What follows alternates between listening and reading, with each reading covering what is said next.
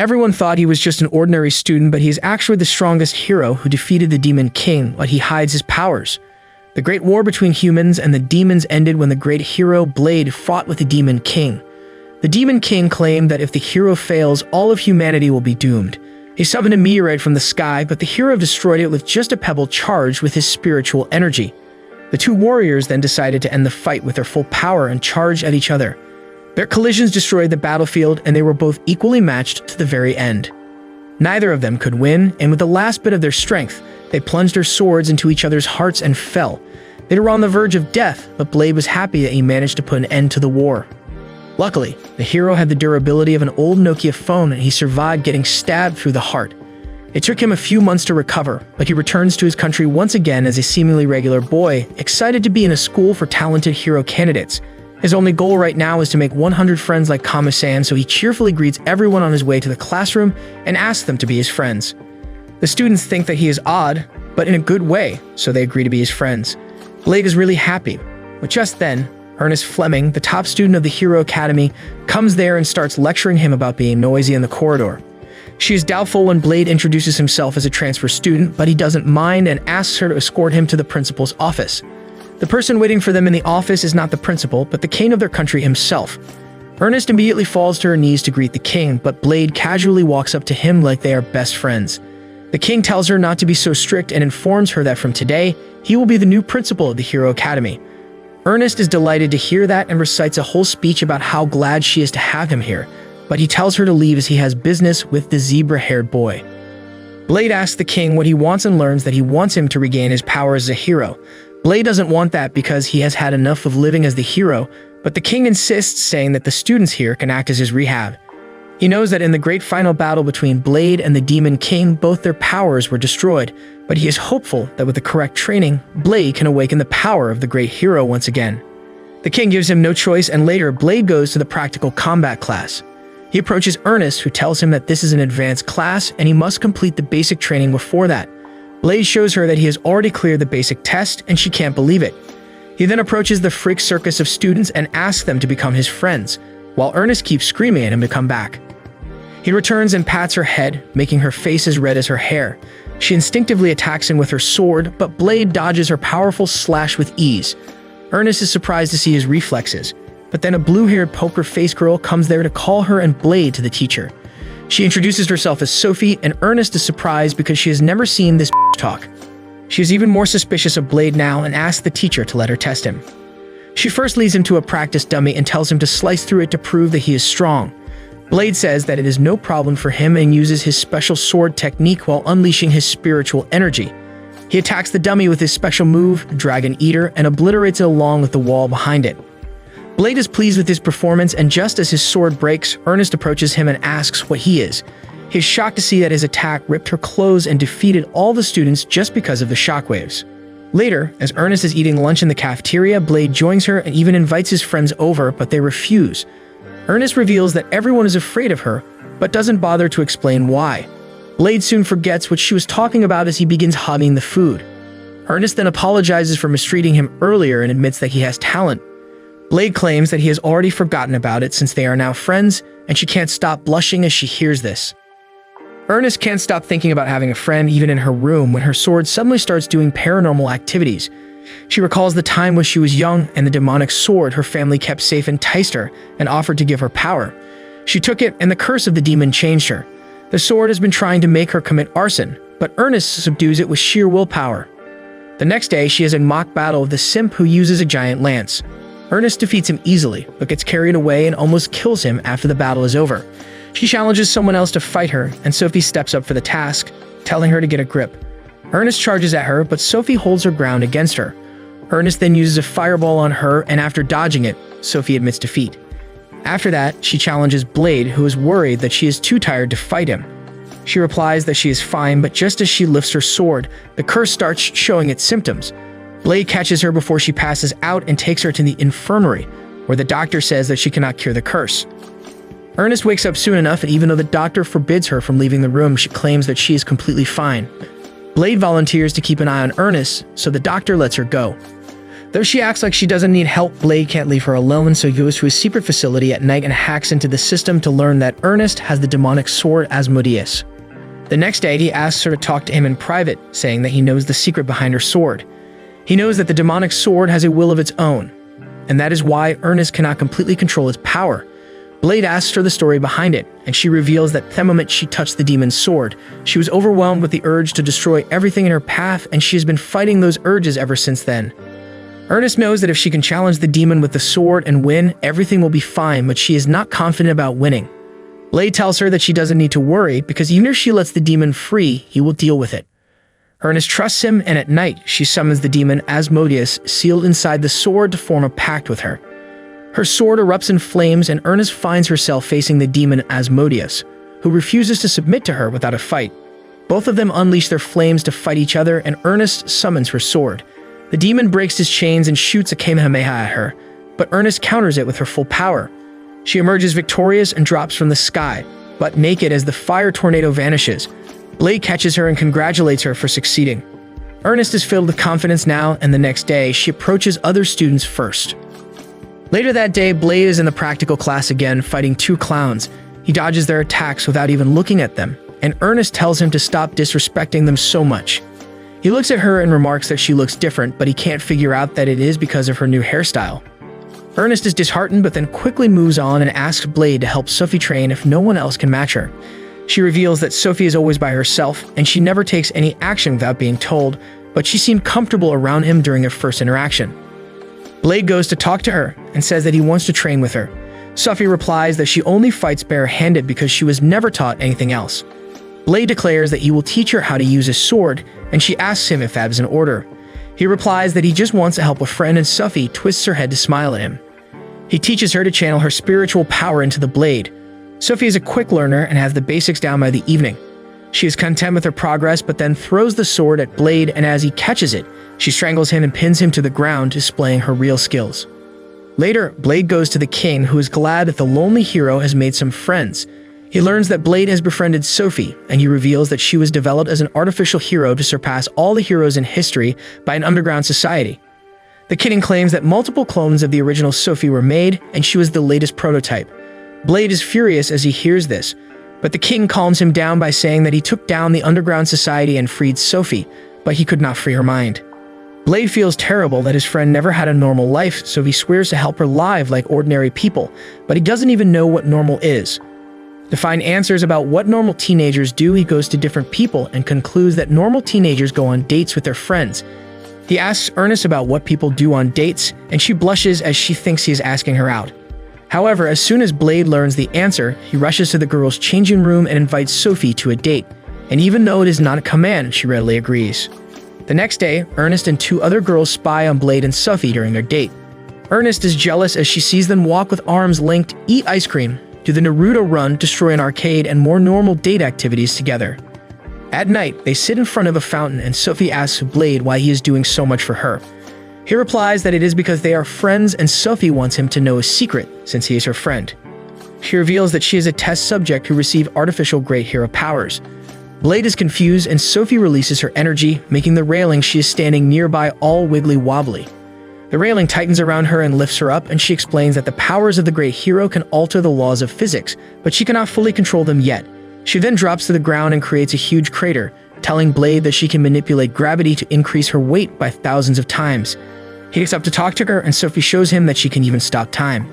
She is exhausted after doing that because she can only use her powers for 10 seconds at a time.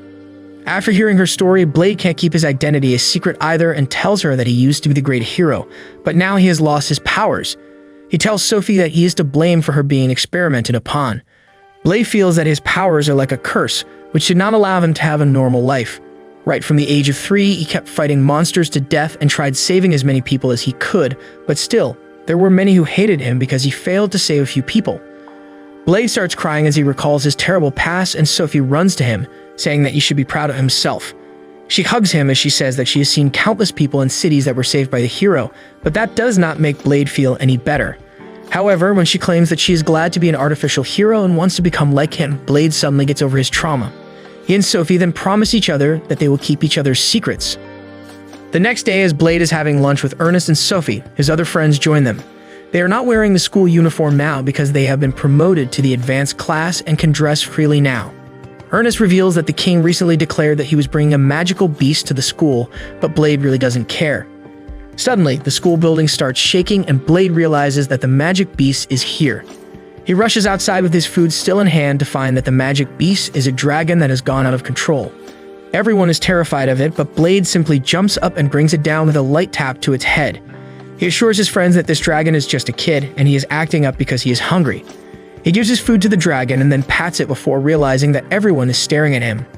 Blade learns that it is not normal for people to defeat a dragon with just one hit, and everyone starts keeping their distance from him. Just then, the dragon baby starts to glow and turns into a loli. The dragon girl jumps at Blade and clings to him, calling him her dad.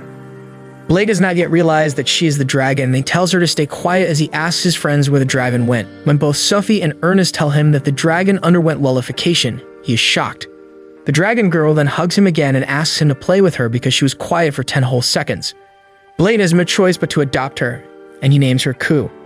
The next day, Ernest is jealous of Ku, who is sitting in Blade's lap and making him feed her. One of the girls wants to feed her too, but Ku scares her away because she doesn't want to deal with weaklings. Later during the practical classes, Ku comes to see Blade and he invites her to train with him. She is excited to train together with her dad, but then Blade's friends swarm him because they have been put in the same group. Seeing him pay more attention to them upsets the dragon girl and she runs away. She finds some students training and they ask her to join them since she seems interested, but she just runs away, telling them that they are no match for her. Blade finds her immediately after and takes her to dinner. Later, Ku is sleeping peacefully and Ernest pays Blade a visit. He has found out about the reason Ku thinks that he is her dad. He reveals that dragons torment their younglings just as they are born, and the child imprints on them because of their power. In his case, Ku felt he was her dad because he showed her his overwhelming strength. Blade feels that Ku never saw her real parents and he does not want to abandon her now. Ernest can't say anything to him after that and tells him to look after the dragon girl well.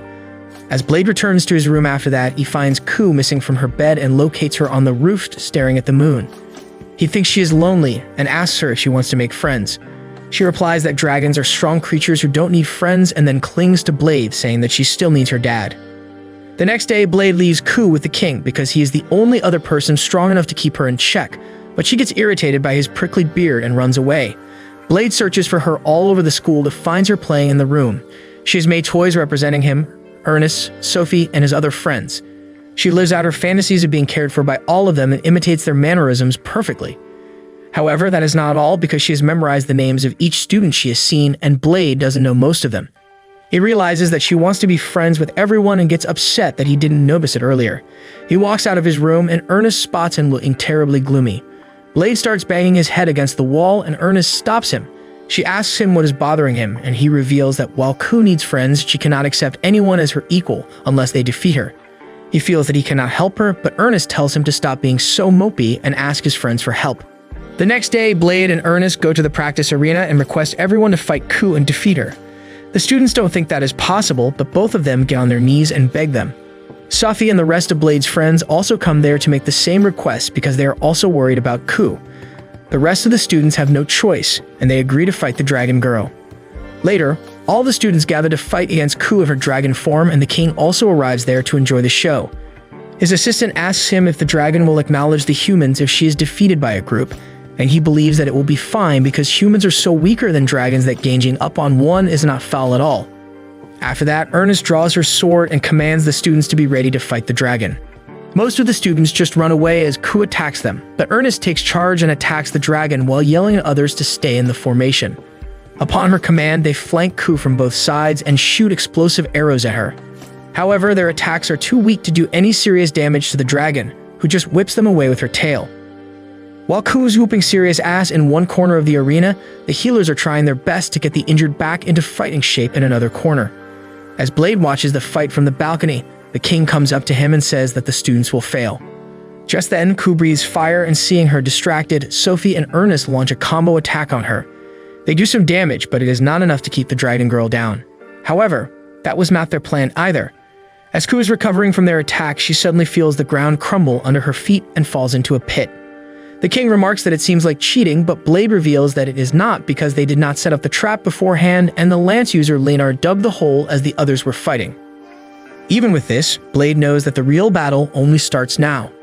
All the students charge at the immobile Ku, but she keeps them away with her fire breath. Ernest uses her demonic sword, but the demon Asmodeus inside it is running out of gas because of repeated use. She doesn't care about his well-being and launches a powerful attack on Ku, after which Leonard attacks her with his drill lance. His attack fails to penetrate the dragon's thick scales, who tries to take off to escape the situation. Ernest jumps up and attacks her from the top, sending her back to the ground, and then Sophie uses gravity manipulation and makes her fist 1,000 times heavier to land a devastating punch on the dragon's belly. Blade thinks this is their chance, and he tells Ernest to finish the fight. Even though the demon in her sword begs her to stop, she draws out power from it and creates a giant fireball. The rest of the students channel their spiritual energy and send it to Ernest, making her supercharged. She increases the size of her fireball even more and sends it to Ku, who realizes that she is screwed. The fireball explodes after it hits her, and moments later, Ku is back in her human form. She cries that she lost and feels that she will be abandoned by her dad because she is weak. Blade comforts her and promises that he won't abandon her. He then tells her that she is not weak, but humans are stronger when they combine their strengths. Blade says that since Ku has been defeated, she should have no problem accepting them as her friends. She nervously asks them all to be friends with her, and everyone is happy to oblige. A few days later, the king arrives at the arena and starts working on a new training method for his students. He calls it virtual reality and eagerly awaits the completion of the facilities. On the other hand, Blade's friends are fawning over Ku and feeding her in the cafeteria. Blade notices that Ernest has put on about 40 pounds of weight overnight and remarks that she looks different. All his friends are snowflakes, who call him a horrible person for fat-shaming a girl, but he is insistent that she looks different. Ernest cries when Blade clearly calls her fat, and she runs away, calling him an idiot. Sophie and the other girls tell him that he is shameless and remark that this might be the end of his relationship with Ernest. He doesn't understand what they mean until 3 days have passed since Ernest locked herself in her room. He panics as he realizes that she might stop being his friend and rushes to apologize to her. However, the girls know that he doesn't even know what he did wrong, and that is bound to make Ernest even angrier, so they decide to join him. They reach Ernest's room, and when she doesn't open the door, they break in. It is dark and she is hunched up in a corner, making weird sobbing noises. While everyone is worried about her, Ku smells something delicious and jumps towards Ernest. Blade switches the light on to find that Ernest has gotten even fatter, and she is eating sweets like there is no tomorrow. She cries as she reveals that ever since her fight with Ku, she started feeling hungry all the time and couldn't control herself from eating desserts. Blade doesn't care about that and asks her if she is not friends with him anymore, and she replies that it is not true. She was just hiding in her room because she does not want anyone, especially him, to see her like this. Blade is satisfied upon hearing this, and he starts heading back, but the girls stop him and tell him to apologize to make Ernest feel better. He doesn't know what to do, but Leonard shows him the ropes before getting punched away. Blade then tells Ernest that she should not be ashamed of her donut addiction and reminds her that her friends are always there to help her. She is happy to hear that, and the next morning, Blade starts her weight loss training. Ernest struggles a lot because of the 50 pounds of fat on her body, but she powers through the exercises with sheer willpower. She doesn't make much progress, and even after eating very little food during lunch and an hour of sauna treatment, she doesn't feel any better. As she exits the sauna, her friends tell her to check out the weighing machine, and she breaks it just by standing on it.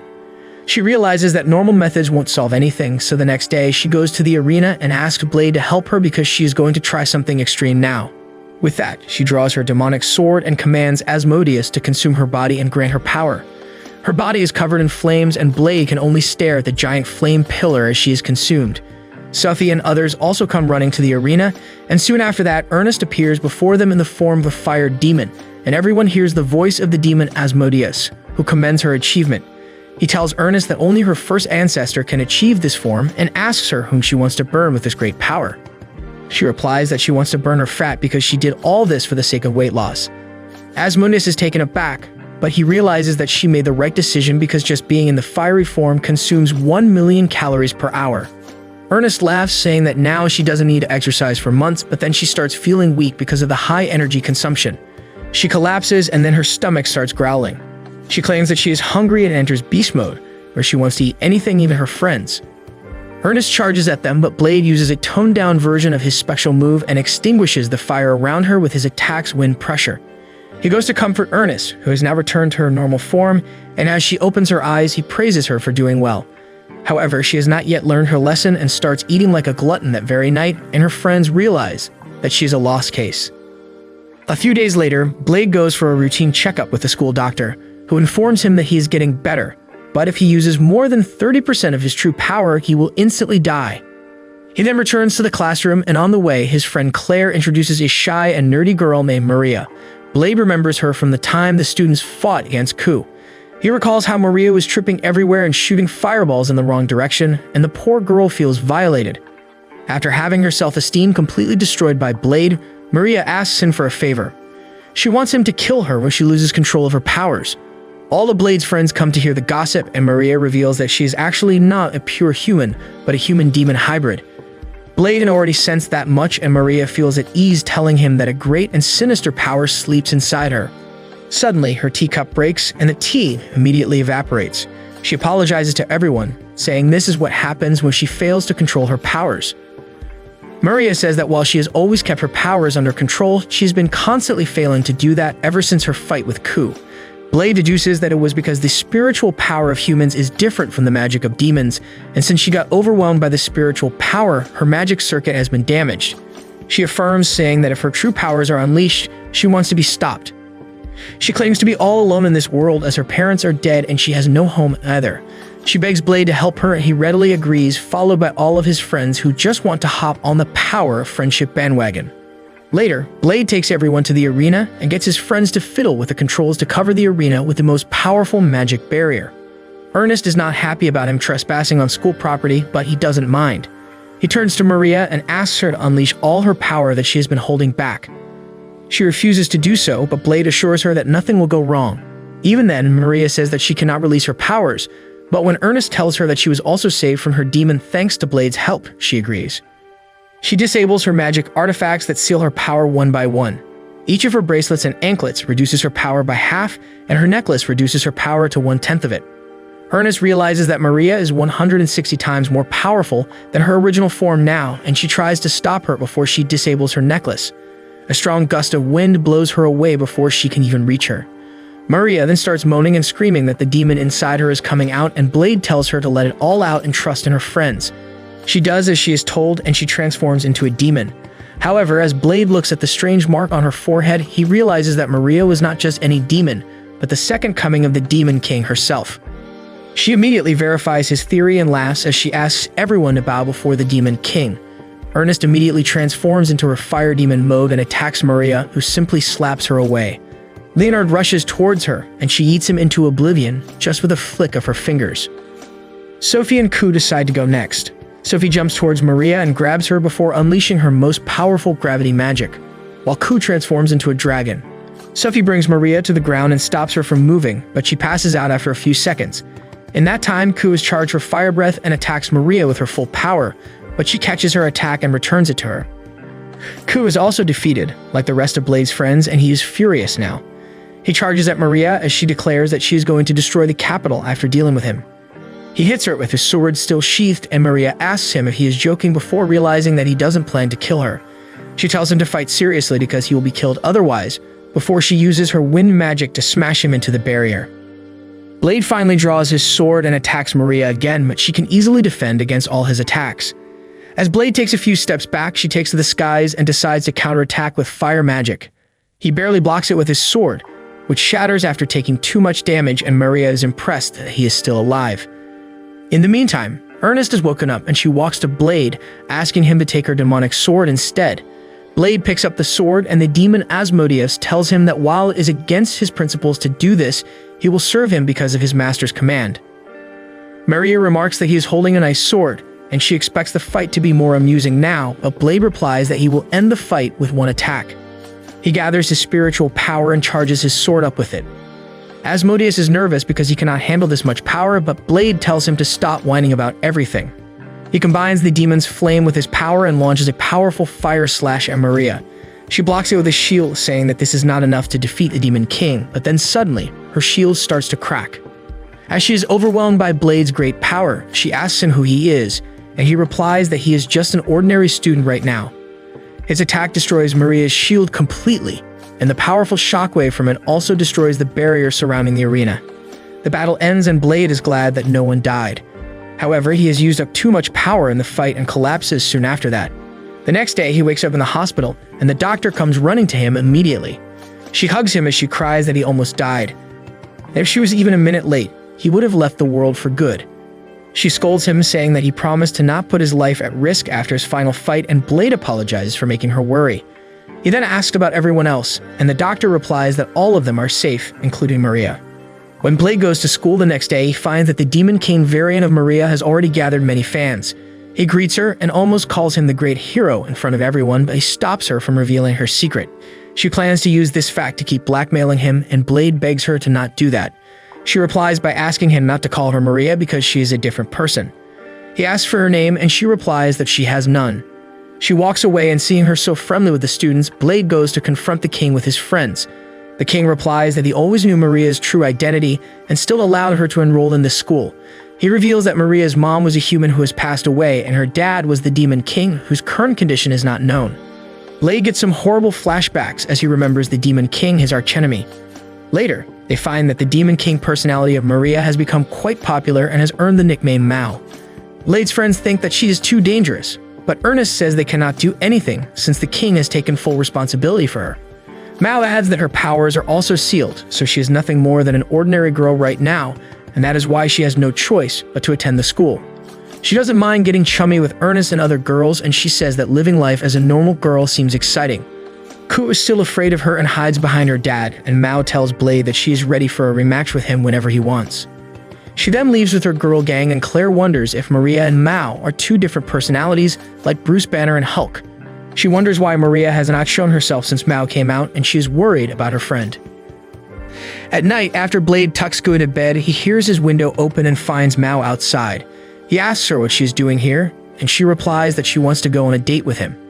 He is not in the mood for that, but Mao picks him up anyway and shows him the moons.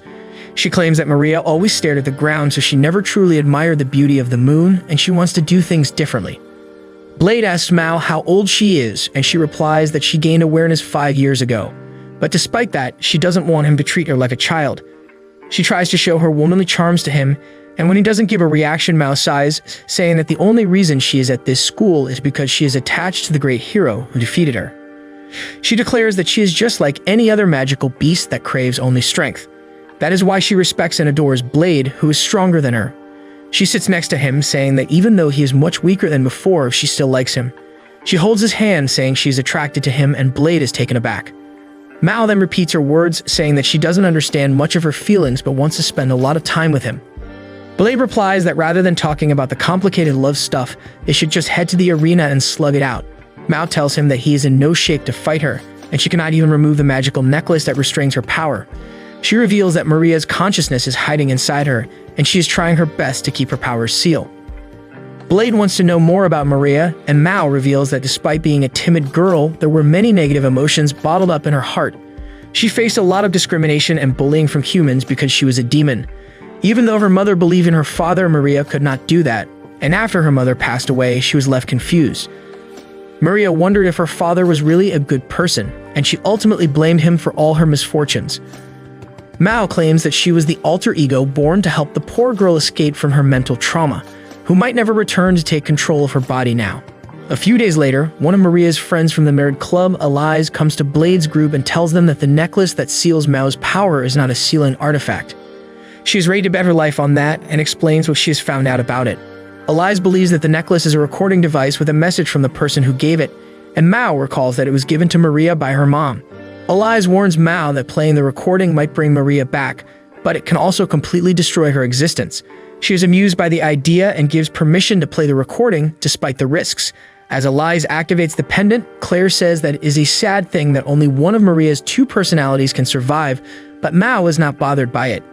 The activation of the necklace is complete and Mao opens it. It projects a hologram of the Demon King, who gives his final message to his wife.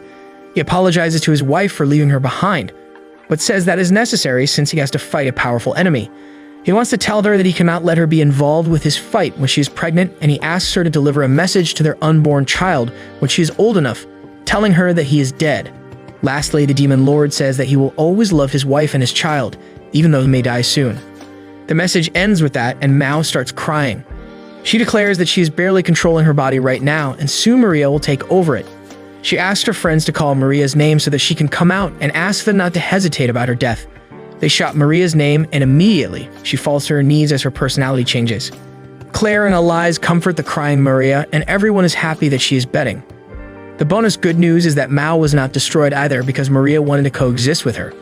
Soon, Blade has a match with Maria in the arena, and just as she takes off her glasses and undoes her hair, she transforms into Mao. They fight, and Blade eventually gets on top of her, with all their friends cheering for both of them. A few days later, Blade goes on a group date with his main girls, and on the way, they find a wagon stuck under a gate. Ernest tells the owner of the wagon to take the highway, where she realizes that she is a centaur. Blade knows her too, and as he calls the centaur Dione by her name, she calls him the great hero. But he shuts her up right before his secret is spilled. Tired of watching anime on your phone or laptop screen? Well, I've just leveled up my anime watching experience from a small monitor to an epic 130-inch display with this incredible Miniflix projector. It's literally like having a personal theater, packed with built-in apps like YouTube, Crunchyroll, Netflix. It's every anime lover's dream come true. So, what are you waiting for? Click the link below to learn more and use the code ANIME to get 20% off your first order. Back to the video. After that, Dione introduces herself as one of Blade's friends, and the girls ask her if she needs some help with her cargo. She gladly accepts their help, and it turns out that she was delivering the cargo to the king himself. The king thanks Dione for bringing the things he requested and then gives her her next assignment, which is to be a teacher at the Hero Academy.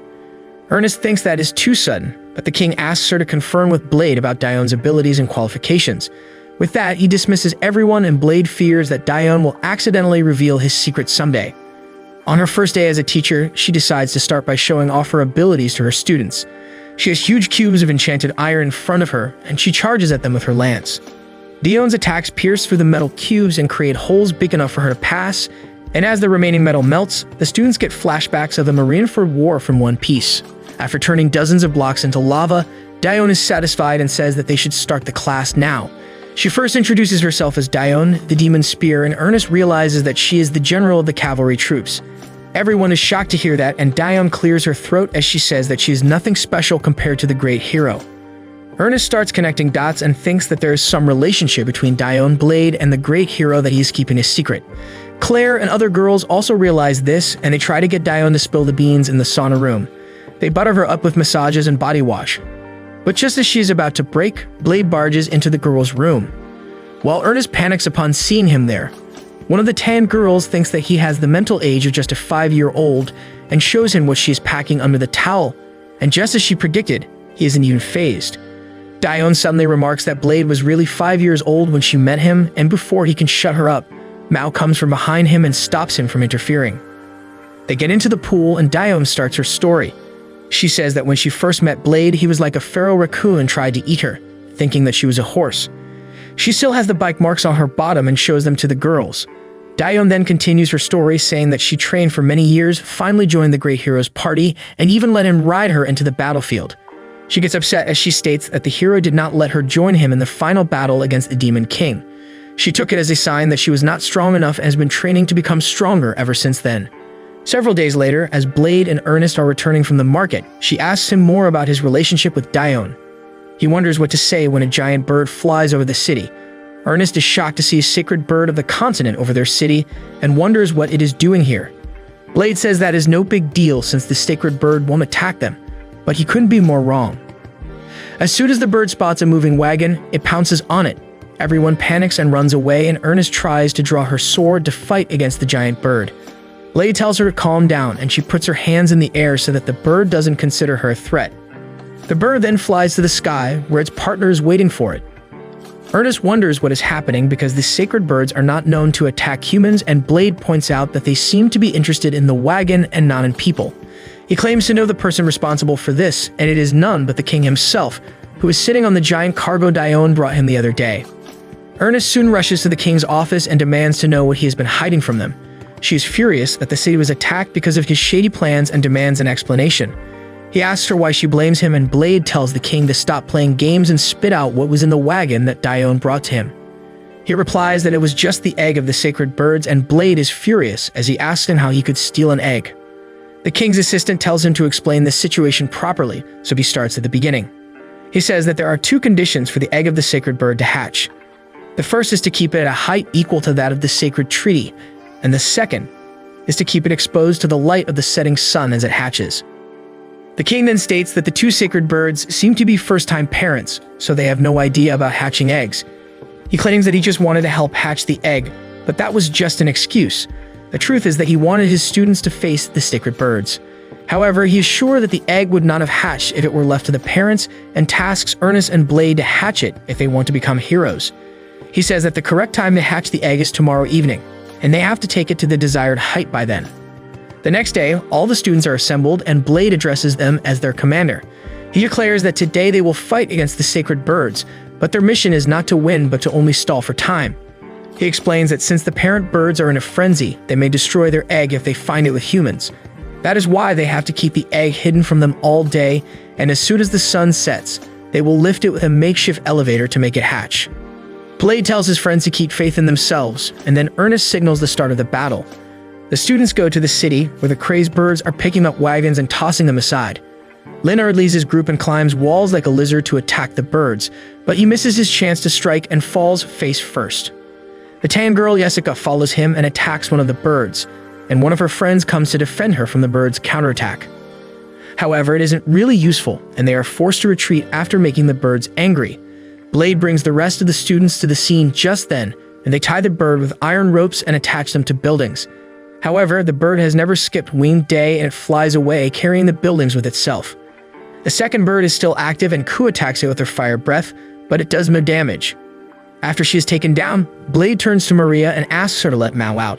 She does that, and Mao uses her lightning attack on the sacred bird, but it is also not good enough. After that, Ernest transforms into the flame demon and attacks the bird, dealing some real damage. She is out of gas with just one hit, but luckily, she falls into a dessert cafe and immediately restocks on calories to fight again. They successfully stop the birds until evening, and Blade and his friends watch the egg being lifted up. However, the elevator breaks midway and one bird returns for her egg. Everyone panics, but then Sophie asks Blade to take the egg to the desired height while the rest of them deal with the bird. Blade suddenly gets flashbacks of his comrades who said the same thing in the war before they died.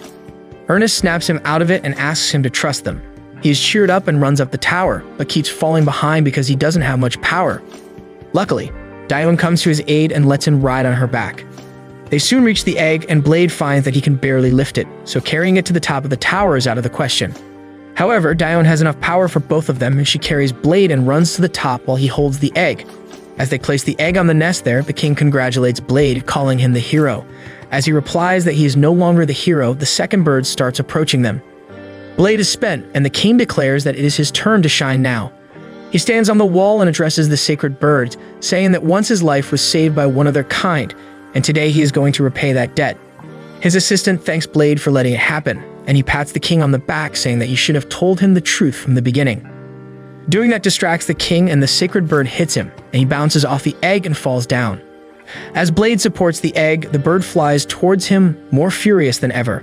Sophie comes to his rescue and uses her power to stop the bird's motion, and Blade uses his special move to send it flying. Both of them collapse after that, and soon, the light of the setting sun hits the egg, and it hatches. Twins come out of it, and the first thing they see is Blade, so they imprint on him and accept him as their parent. While Ernest is not happy about that, Ku rejoices that she is an older sister now.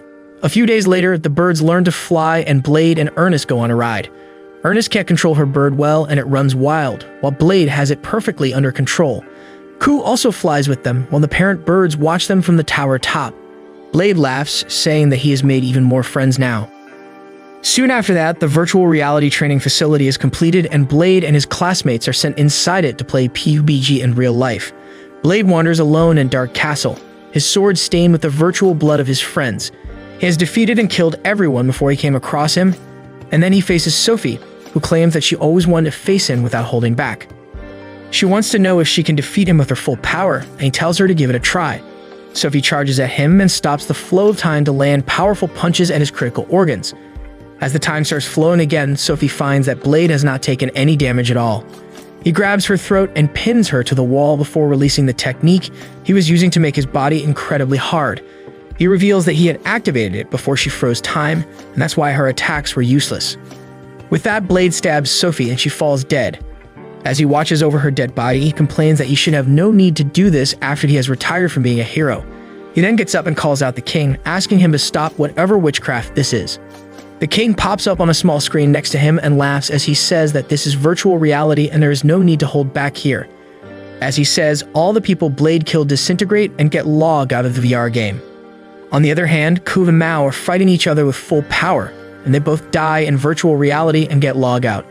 The king then tells Blade that this is a fight to see who remains standing at last, and he complains that this place is too realistic.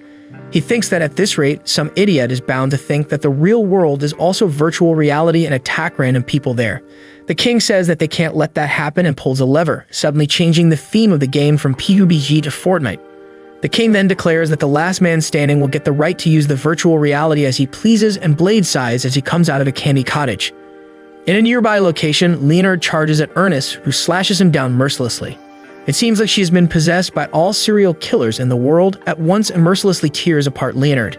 She licks her sword as she laughs menacingly, and then heads towards Blade because he is the one she really wants to kill.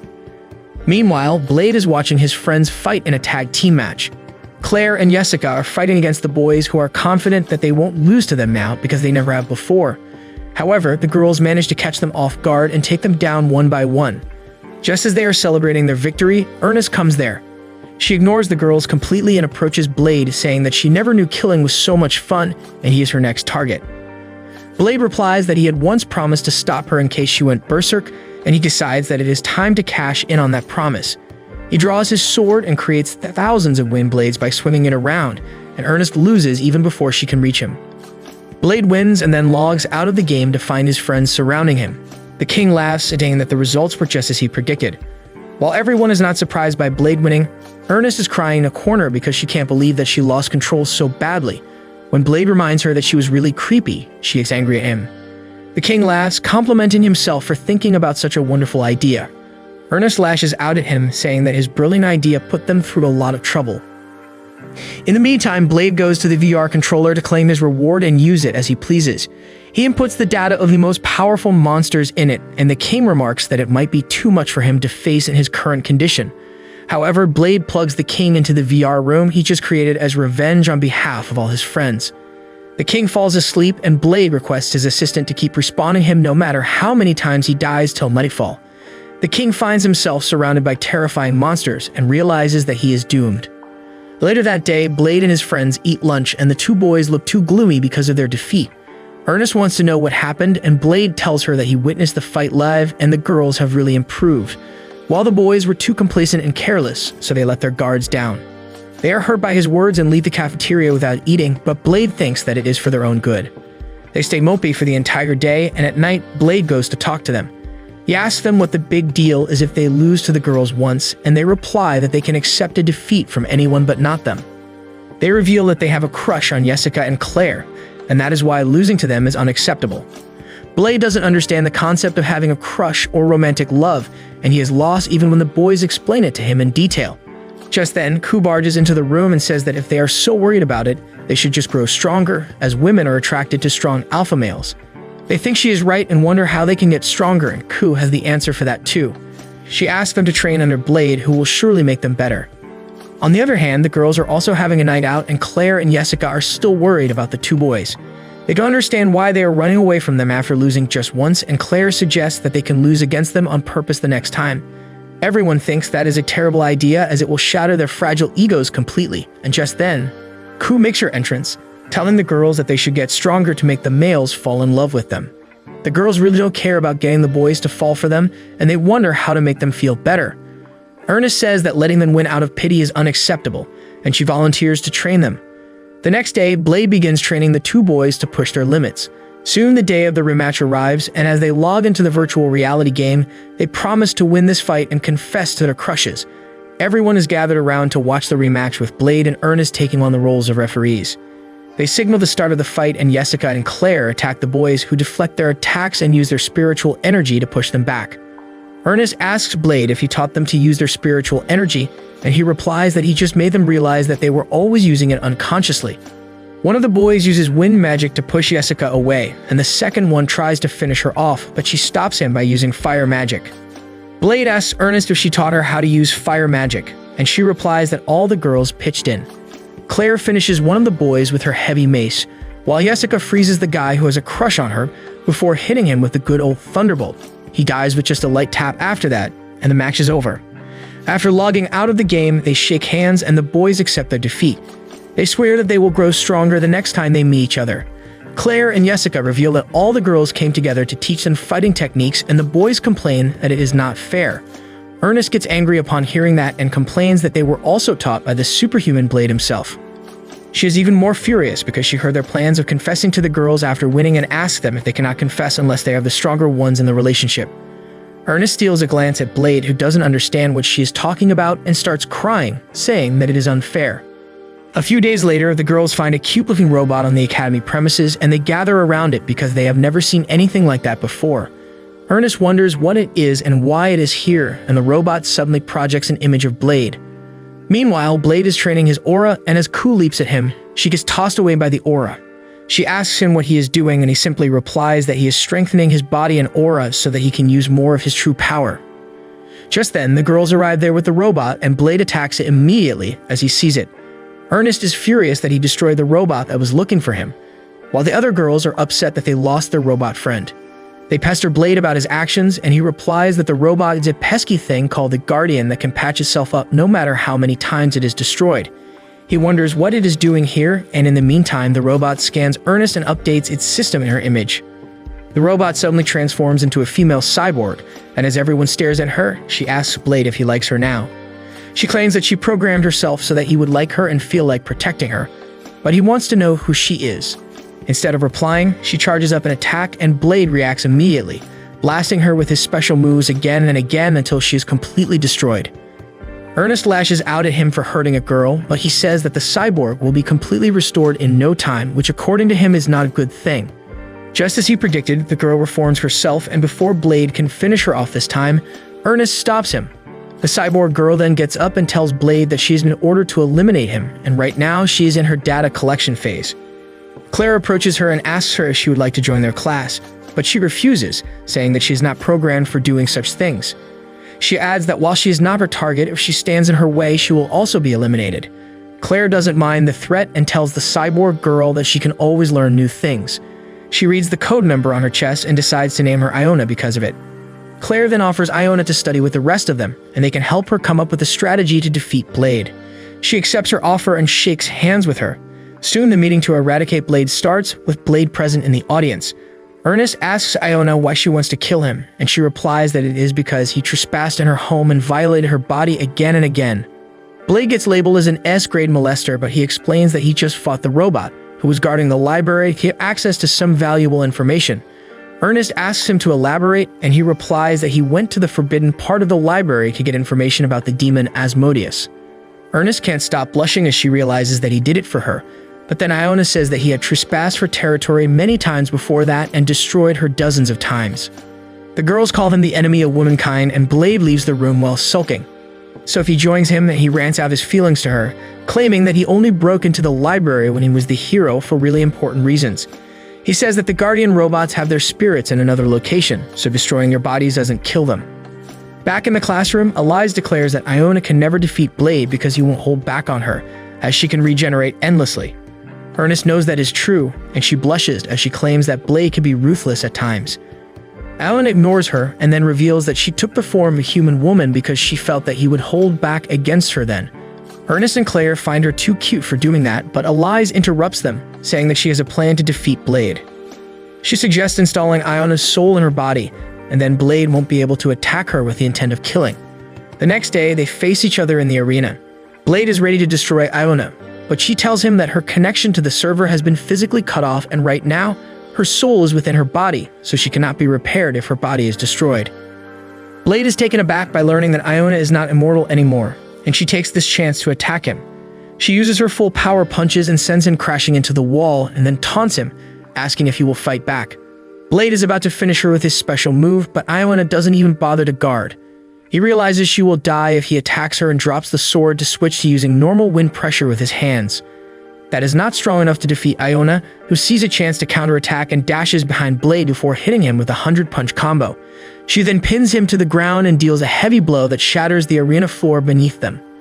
Everyone is impressed that Iona has the upper hand in the battle, and Blade asks her to go easy on him. He complains that she is not giving him any time to use his less powerful attacks, and Iona smiles as she asks him to surrender before embarrassing himself more. Blade accepts defeat, and the entire school erupts into cheers. Iona seems to enjoy the attention she is getting, and she wants more of it now. After that, they go to the cafeteria, and Iona struggles to eat. She explains that while she can convert organic matter into energy, she doesn't feel like eating. Elise claims that it is because she has lost her motivation after defeating Blade, and Claire asks her to share her problems with her friends.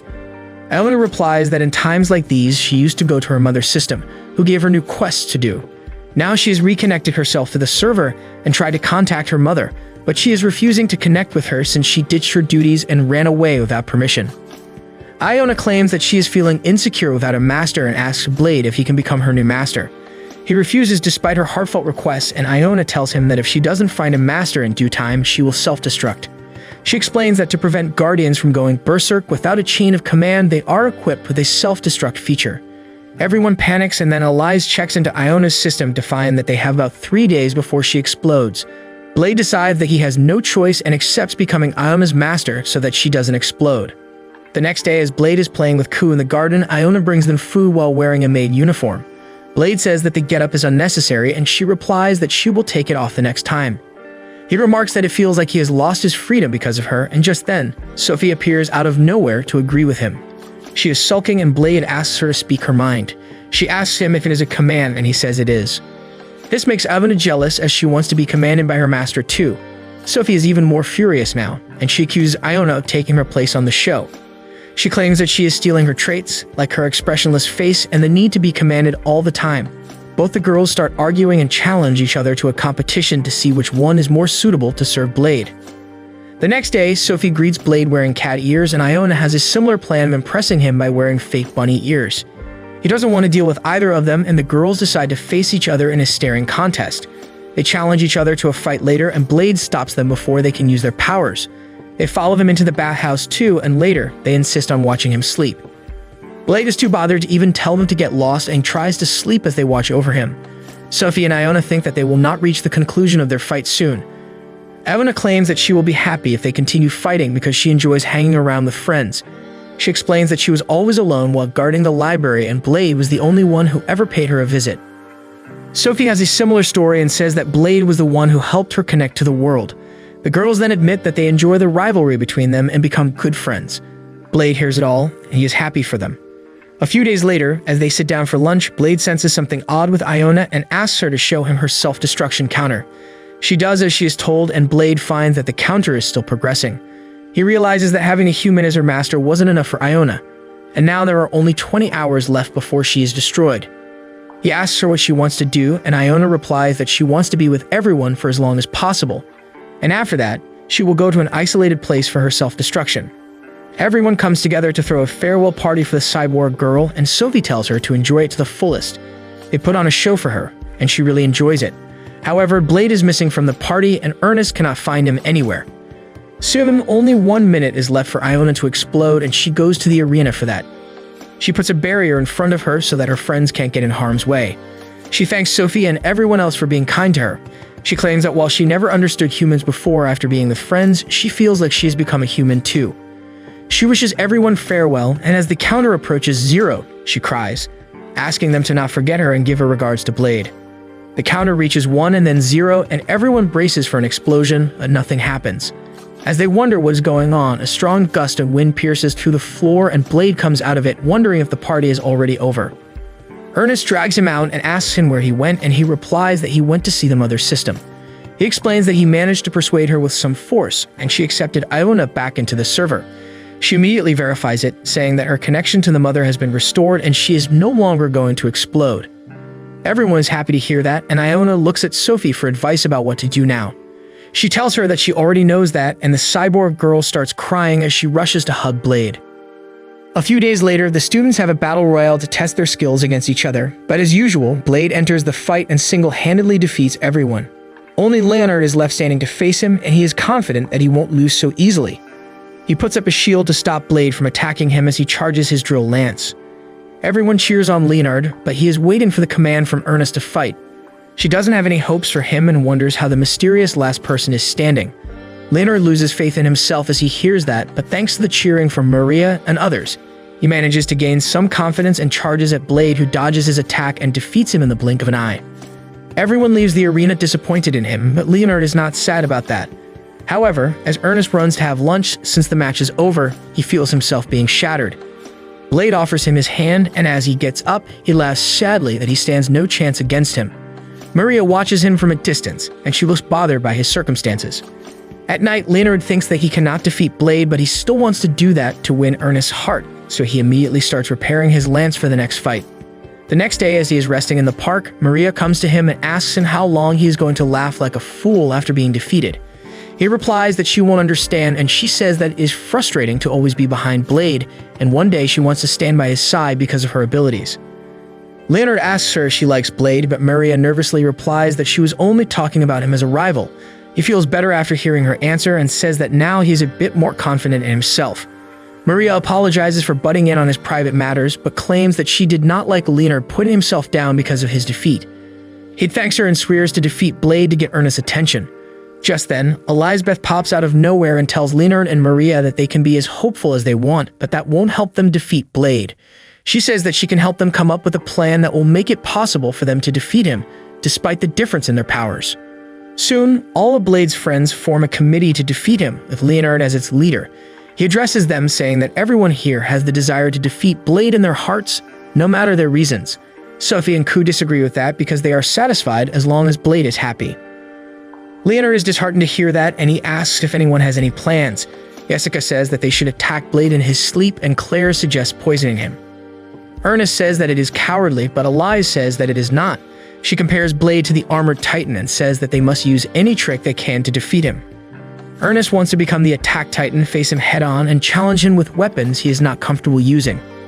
Claire doesn't agree with her, and Leonard steps in, saying that everyone has their own plans for defeating Blade and they should try everything. With that, he declares war on the superhuman, and the next day, Ernest challenges Blade to a duel with lances. She has borrowed Leonard's lance and thinks that it will be easy to defeat him now, but Blade casually destroys the lance. Leonard cries over it, and Jessica declares that she will go next. She sneaks into Blade's room at night to ambush him, but Iona is guarding him, and she attacks her before she can do anything. The next day, Jessica asks if she wasn't on their team, and Iona replies that she is programmed to automatically defend her master. After that, Leonard challenges Blade, who tells him that his lance is not in fighting shape. He doesn't listen to him and destroys his lance just by activating it. Maria says that she is up next and transforms to ambush Blade during lunch break the next day. However, as she declares her entry, he takes her down without even noticing her. Sophie challenges Blade to a fair fight next and gets defeated easily, followed by Claire. The two boys decide to team up against Blade, but they give up even before the fight starts. Ku tries to attack him, but Blade starts feeding her instead, and when Maria throws weights at him, he catches them all. After that, Ernest challenges him to rock, paper, scissors, and Blade wins all rounds until Ernest is forced to retire because of a wrist injury. She challenges him to endurance competitions as well, but he is not even bothered by them in the least. Ernest is dejected that they have no way to defeat Blade, and she wants to find more dirty tricks to defeat him. Leonard is not pleased by that and says that rather than defeating Blade instantly, they should focus on growing stronger so that they can face him fair and square. Ernest isn't having any of his idealistic crap, and she declares that she will do anything she can to make Blade accept defeat. That gives her friends an idea, and they recall how Blade was defeated when he fought Iona. They realize that if they have a hostage, Blade won't be able to fight at full strength, and you will accept defeat to save the hostages. Leonard doesn't want to swoop that low, but Ernest rattles him, saying that they are going to do whatever it takes, and he has no choice but to agree. The next day, as the doctor is giving them a lecture on the weak points of the human body, Blade notices that Leonard and the two boys are missing. Ernest and the girls try to distract him from that, and the boys soon barge into the classroom, wearing cheap Halloween masks. Ernest declares that they are terrorists, but Blade doesn't know what that means. Sophie explains that they are the people who use violence to achieve their political goals, but that doesn't mean much to our dumb protagonist either. The fake terrorists then grab the doctor and request that she play along. They ask everyone who is not concerned about this matter to leave, and Blade picks up Ku as he heads out of the class. Ernest stops him and tells him to free the doctor who has been taken hostage. As she screams for Blade to help her, all the girls get jealous of her because they want to be saved by Blade too. They rush towards the fake terrorists and ask them to take them hostage instead, and Blade can only wonder what's happening. Seeing them quarrel so much, the doctor walks out, telling them to enjoy their little act. They finally settle on taking all the girls hostages, and Ernest asks Blade to save them. However, he doesn't even know what the word hostage means and asks Ku if she knows anything about it. She replies that maybe the terrorists plan to eat the girls, and gets even more confused upon hearing this. Ernest rains insults at him and asks him to save her since she's in trouble, but he asks Leonard and others why they are acting like that. They are shocked that they got exposed and learn that Blade could tell them apart just by the way they walk. They throw their masks and grovel on the floor after accepting defeat, but then they realize that Blade has not understood their plan yet. Leonard gets up and reveals that they know Blade is weak against hostages, and they want him to surrender because the girls are being kept hostages right now. He refuses, saying that no one is in real danger here, and Leonard points his sword at Ernest's neck and declares that she is going to die if Blade doesn't surrender. Everyone swarms him and asks him to give up, but he simply swings his sword and destroys Leonard's sword and clothes with the wind pressure.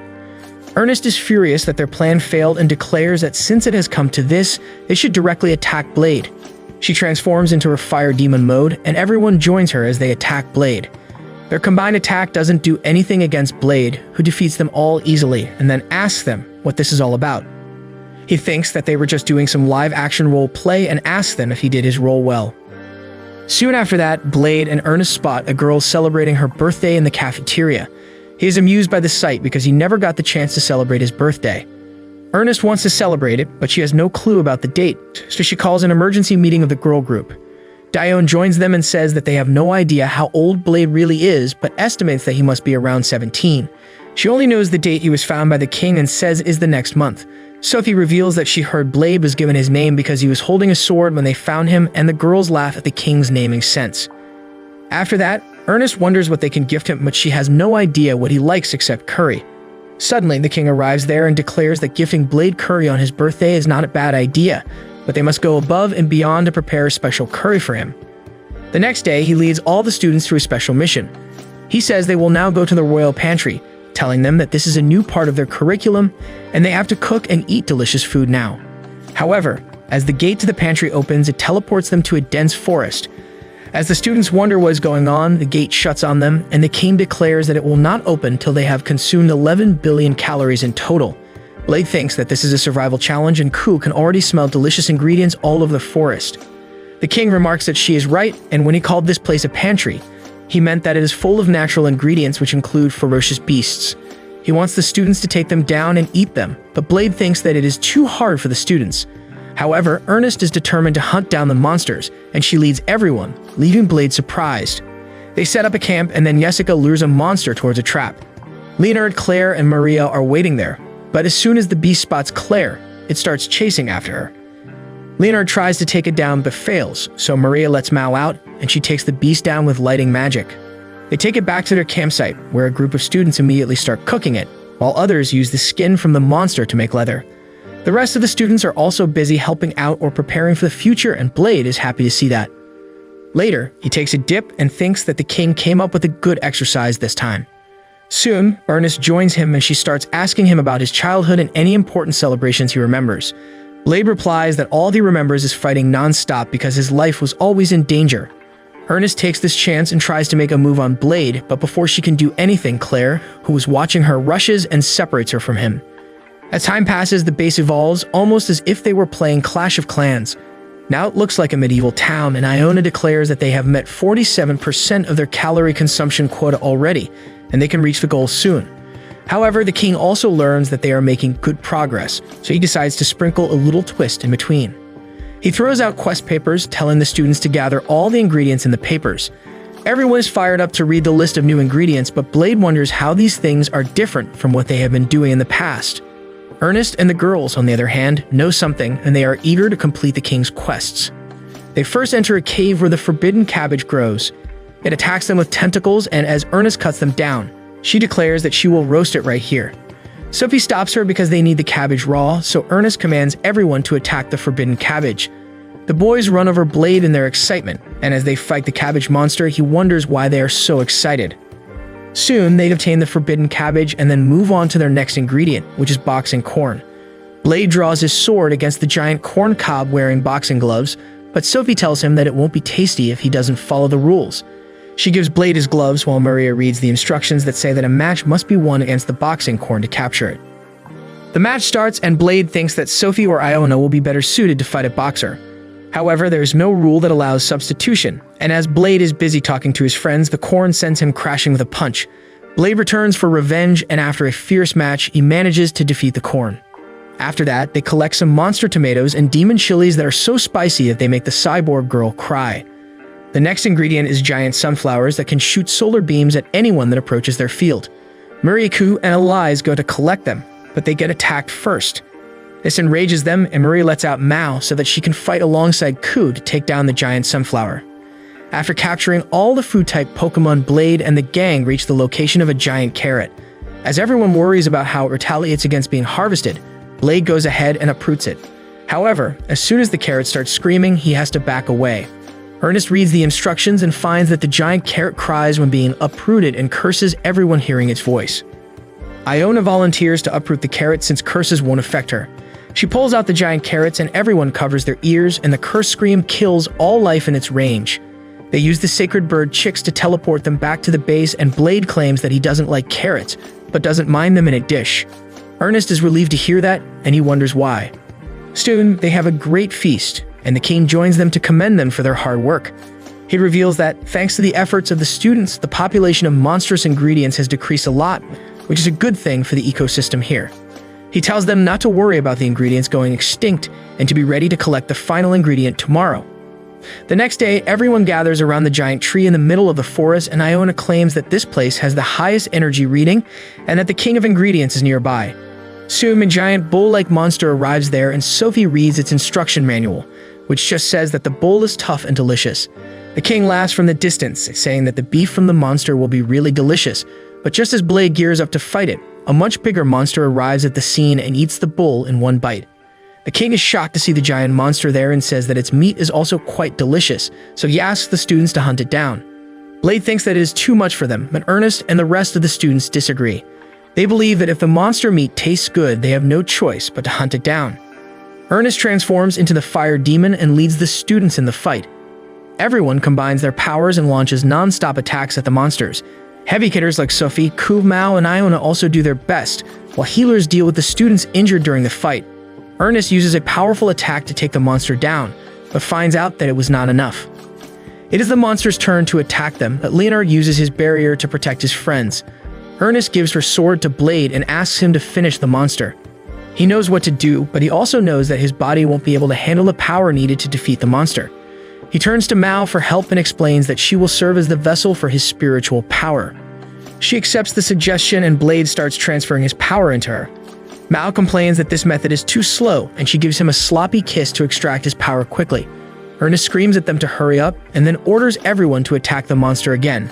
Sophie and Iona use a combo attack by immobilizing the monster with gravity magic before hitting it with a powerful plasma beam.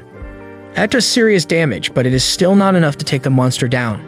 It is even more furious now, and everyone charges at it to buy time for Blade to prepare his attack. Blade and Mao are both overflowing with power, and they hold the sword together and fill it up with their combined power. It takes the form of a giant sword, and they use their ultimate attack, the Holy Demon Sword, to slice the monster in half. Blade is exhausted after using that attack and thanks Mao for helping him as he lies on her lap. He says that he is too tired and hungry, and she tells him to wait for the food in that case. He wants to know what she means, but before he can even complete the question, he falls asleep. The gates to the academy open soon after that, since the students have successfully defeated the boss monster of the area. After Blade wakes up, he goes for a checkup, and the doctor tells him that his body is getting better and he can now use a bit more of his original power. He wonders about the reasons, but as the doctor asks him if he has eaten lunch, he realizes that he is still hungry and rushes to the cafeteria. As soon as Blade opens the door, he finds his friends waiting for him to celebrate his birthday. He can't process what is happening, and all of his girls come to him, saying that since they don't know his real birthday, they will celebrate the day when he was first found. He still finds it hard to believe that they are going to celebrate his birthday, and then his attention goes to the big covered plate on the table. He asks what is in it, and Claire explains that they thought a lot about what to gift him on his birthday, and then Ernest suggested the thing he liked the most. Ernest blushes as she hopes that he likes it, and then removes the cover to reveal his favorite curry.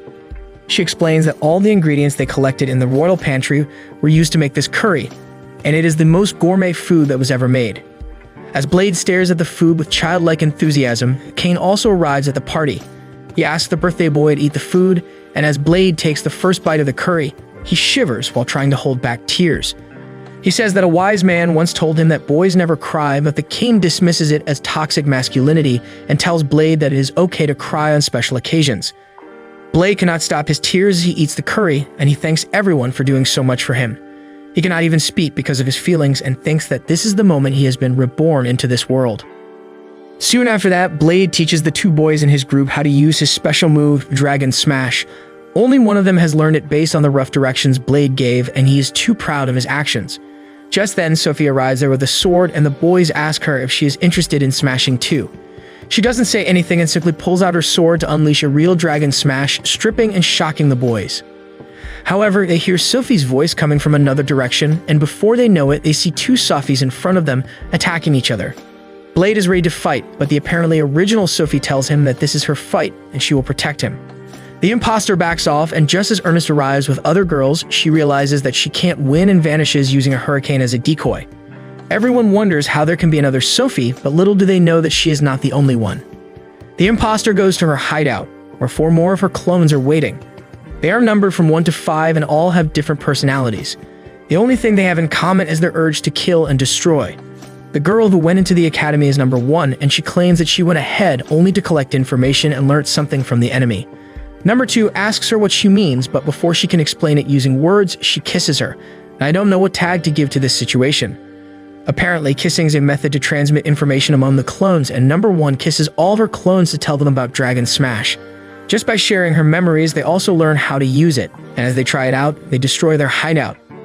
The rest of the clones say that they are not here to learn cool moves, but to assassinate their target, and number 1 says that they will get to that eventually. Back at the academy, Sophie is watching over the school for the sign of the imposters, and she looks at her friends on the training ground. Jessica is showing Eliza's newest invention, which is special bullets that can store spiritual energy and fire it later. As she uses the bullets and sends a fire attack at a training dummy, everyone is amazed but not Blade. Eliza doesn't count his opinion as valid because he's the only person who can freely store his spiritual energy.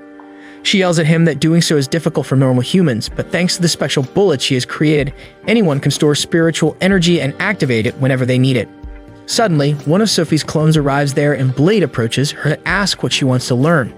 She replies that she wants to learn how to make babies, and Ernest and Claire turn red as they say it is not taught here. The clone replies that in that case she will kill him. She attacks Blade, who is more than ready to face her. She complains that she can't kill him and then aggressively flirts with him, asking him to kill her instead. Just then, the real Sophie drops there, and she is furious at her clone for making a move on Blade. The clone doesn't waste time and immediately runs away. Blade and Ernest have been keeping count of the clones, and they remark that this was the 4th one that came to see them and learn something.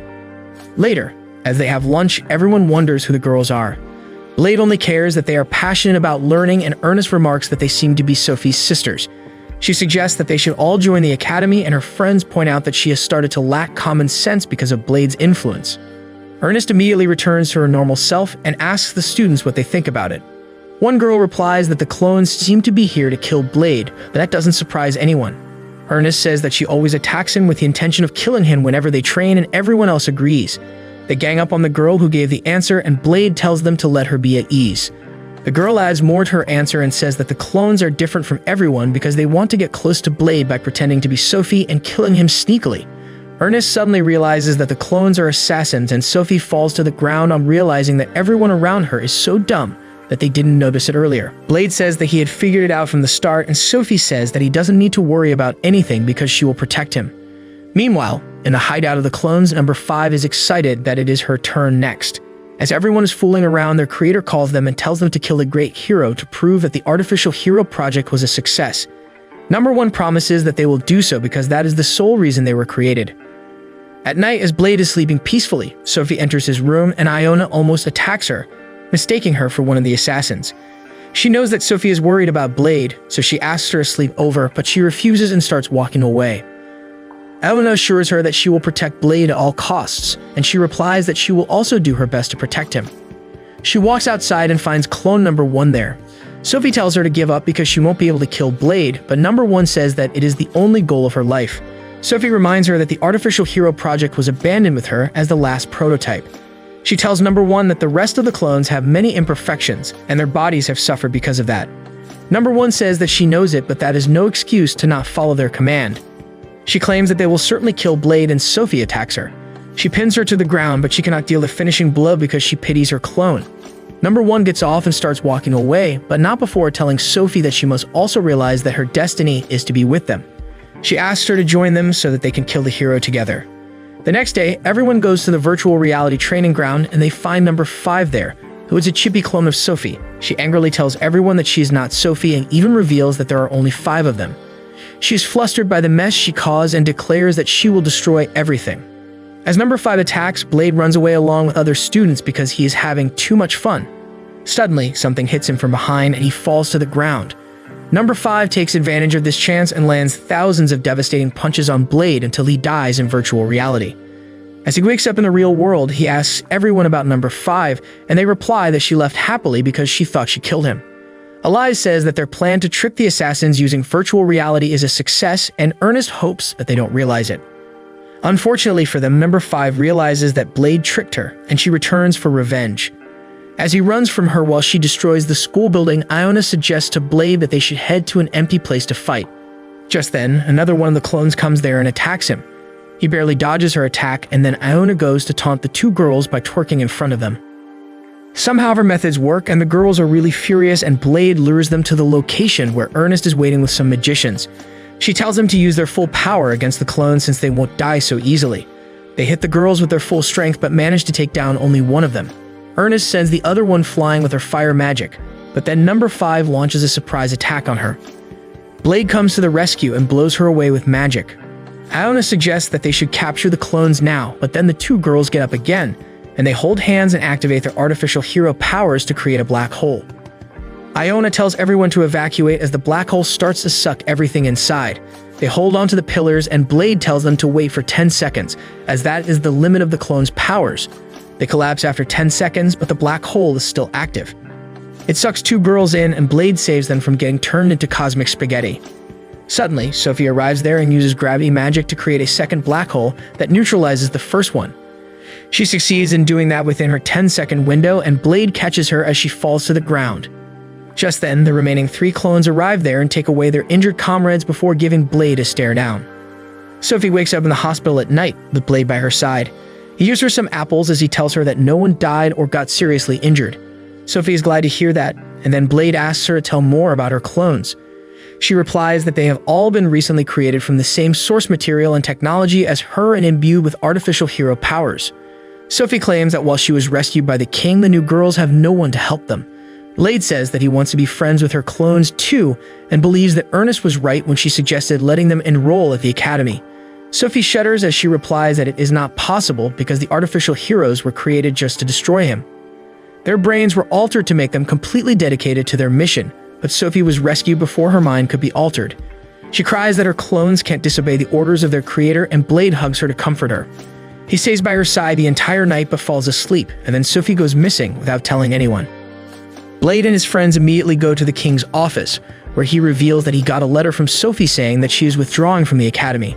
Ernest is furious and asks him why he didn't stop her, and he replies that it was her right to leave the school if she didn't want to become a hero anymore.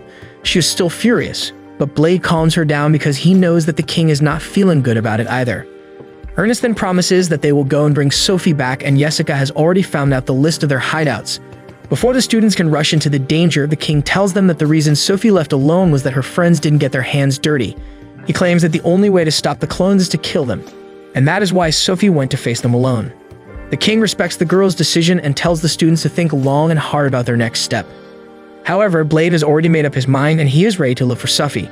Kub and Iona join him because they want to rescue their friend too. Blade thinks that it is only the 3 of them, but then Mao joins them, saying that she and Maria both agree that they need to save Sophie. They start walking to the gate and find that Ernest and others are already waiting for them there. Blade is shocked to see them, and everyone mocks him for being late before setting out on their mission together. Sophie goes to one of the hideouts used by her clones and finds that it is empty. As she is returning from that, Ernest spots her and contacts Lisa to relay the information to others. Ernest approaches Sophie, who asks her to leave her alone. She replies that everyone understands how she feels, and they want to help her, but Sophie says that they don't. She waits for everyone to gather so that she can reveal her secret to them. She explains that she was created under the Artificial Hero Project and was the 12th prototype. Everyone involved in the experiments was arrested, but some samples and research data were stolen and someone carried out the research in secret without letting the world know. Sophie says that the reason the 5 girls are behind Blade is because they want to surpass the great hero. Her dumb friends have not yet understood that Blade is the great hero, and Sophie hesitates about what to tell them.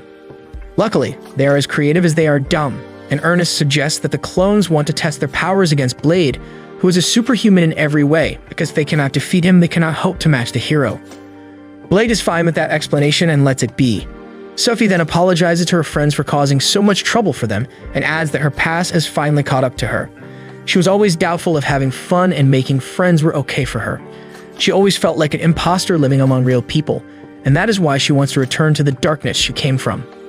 Sophie declares that she will protect her friends even at the cost of her life and says that the time she spent with them was the best part of her life. Ernest hits her with consecutive karate chops, telling her that if she feels happy with him, she should stay with him. She says that in the past, she was also someone who did not belong with normal people, but thanks to Blade, she was able to get over that. So Sophie smiles on hearing that, and Ernest says that if she wants to kill the clones, they will help her. Blade replies that they won't do any such thing. He claims that even if the king says that there is no way other than killing them, he won't harm the girls. Sophie says that it is the only choice because the girls are physically unable to disobey the commands of their creator. Moreover, the modifications to their bodies have shortened their lifespans, and they don't have much time left. Despite that, Blade wants to help the clones and calls them Sophie's sisters. He asks his friends to help him, and they are eager to help him.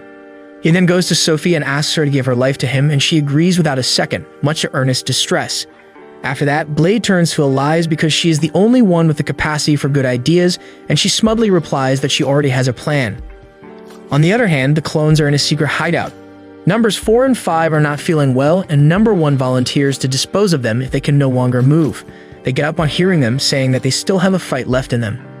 Their creator is happy to hear that, and he keeps on urging them to kill the great hero to prove that his research is right. Just then, the other 2 clones enter the room with a letter from their target, challenging them to a fight.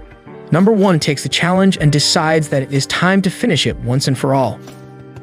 Back at the academy, Blade is waiting for the clones in the arena. His friends wonder if they will really come, and Sophie assures them that they will come because she would do the same thing if she were in their position. They arrive soon, and they tell Blade that they will kill him today. He replies that he just wants to be friends, while Elize explains the plan to him once again through an earpiece. She tells Blade that he is the only one who will fight against the girls, and in that case, they will not run away even after realizing that they walked into a trap. The plan is simple. Blade has to endure their attacks and make them tired without causing any damage to them. He draws his sword, and the girls immediately attack him. He keeps on dodging and blocking their attacks, and he realizes that it is not going to be easy to carry out their plan. In the meantime, Elize is searching for the mastermind behind the assassins, while the king lazes around and laughs. He tells Elize to find the man controlling the clones so that they can find out the method to reprogram them from him. Back at the arena, Blade is having a hard time dealing with all the girls at once. They overwhelm him with attacks from all directions and manage to disarm him. Blade realizes he is in a pickle as the girls attack him together. Ernest wants to help him, but Sophie stops her and asks her to trust in their man. Blade uses a barrier to stop the girls from reaching him and then blows them away. His friends are amazed that he can still pull off such moves despite his condition, and then they decide to enact the third part of the plan using the special magic storing bullets made by Elize. In the arena, one of the girls uses her artificial powers and changes the laws of physics to make Blade slam to the ground repeatedly. After she drops him from a great height, another one uses her artificial hero powers and creates shadow clones to attack Blade. He panics, but then his friends toss him the special bullets. He inserts them into his sword and uses wind magic to destroy all the clones in one go. The girl who used the shadow clone jutsu runs out of steam with it and falls to the ground. Another one takes her place and uses her artificial hero powers to charge at Blade with great speed. Leonard tosses his bullet at Blade, which allows him to use his super sturdy shield. The attacking girl collapses soon, but immediately after that, Blade's sword crumbles, and he cannot use any more magic bullets. Number 5 attacks him, and as he dodges her attack, Blade yells at Ernest to pass her bullet to him anyway. She does as she is told, but number 5 interferes and doesn't let Blade catch the bullet.